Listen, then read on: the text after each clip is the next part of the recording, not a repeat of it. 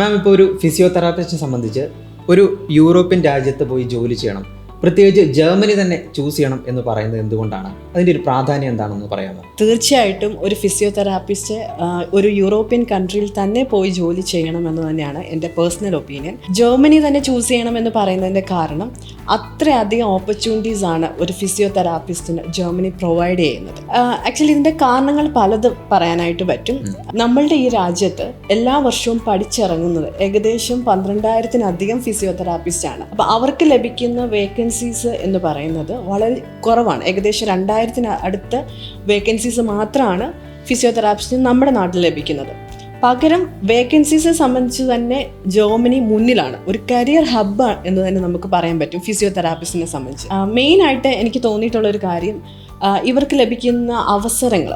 ഇപ്പോൾ ഇവർ പഠിച്ചിറങ്ങി കഴിഞ്ഞാൽ ഇൻറ്റേൺഷിപ്പ് അല്ലെങ്കിൽ എക്സ്പീരിയൻസിന് വേണ്ടി ഒരു ഹോസ്പിറ്റൽ അല്ലെങ്കിൽ ക്ലിനിക്കിലെ ജോബിൽ കയറി കഴിഞ്ഞാൽ ഇവർക്ക് കിട്ടുന്ന അവസരങ്ങൾ, ഇവർക്ക് കിട്ടുന്ന മാന്യത, പ്രിഫറൻസ് ഒക്കെ വളരെ കുറവായിട്ടാണ് തോന്നുന്നത്.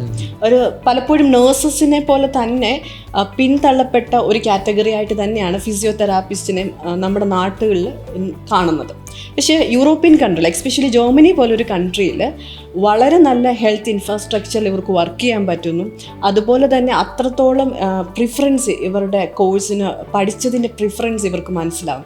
അവിടെ ചെല്ലുമ്പോഴാണ് ഇവർക്ക് തിരിച്ചറിയാൻ കഴിയുന്നത് ഇവരെടുത്ത കോഴ്സ് എത്രത്തോളം ഡിമാൻഡിങ് ആണ്, എത്രത്തോളം അതിനുള്ള പ്രാധാന്യം ആ രാജ്യങ്ങൾ കൊടുക്കുന്നുണ്ട്. ഒരു ഫിസിയോതെറാപ്പിസ്റ്റിന് ലഭിക്കുന്ന ഡിഗ്നിറ്റി, അവർക്ക് ലഭിക്കുന്ന ഹൈ സാലറി, ഒരുപാട് ആനുകൂല്യങ്ങൾ, അത് ഫാമിലി ആയിട്ട് തന്നെ അവർക്ക് അത് അനുഭവിക്കാൻ പറ്റുന്ന ഒരു യൂറോപ്യൻ കൾച്ചർ എൻജോയ് ചെയ്യാനൊക്കെ ഇവർക്ക് സാധ്യമാണ്.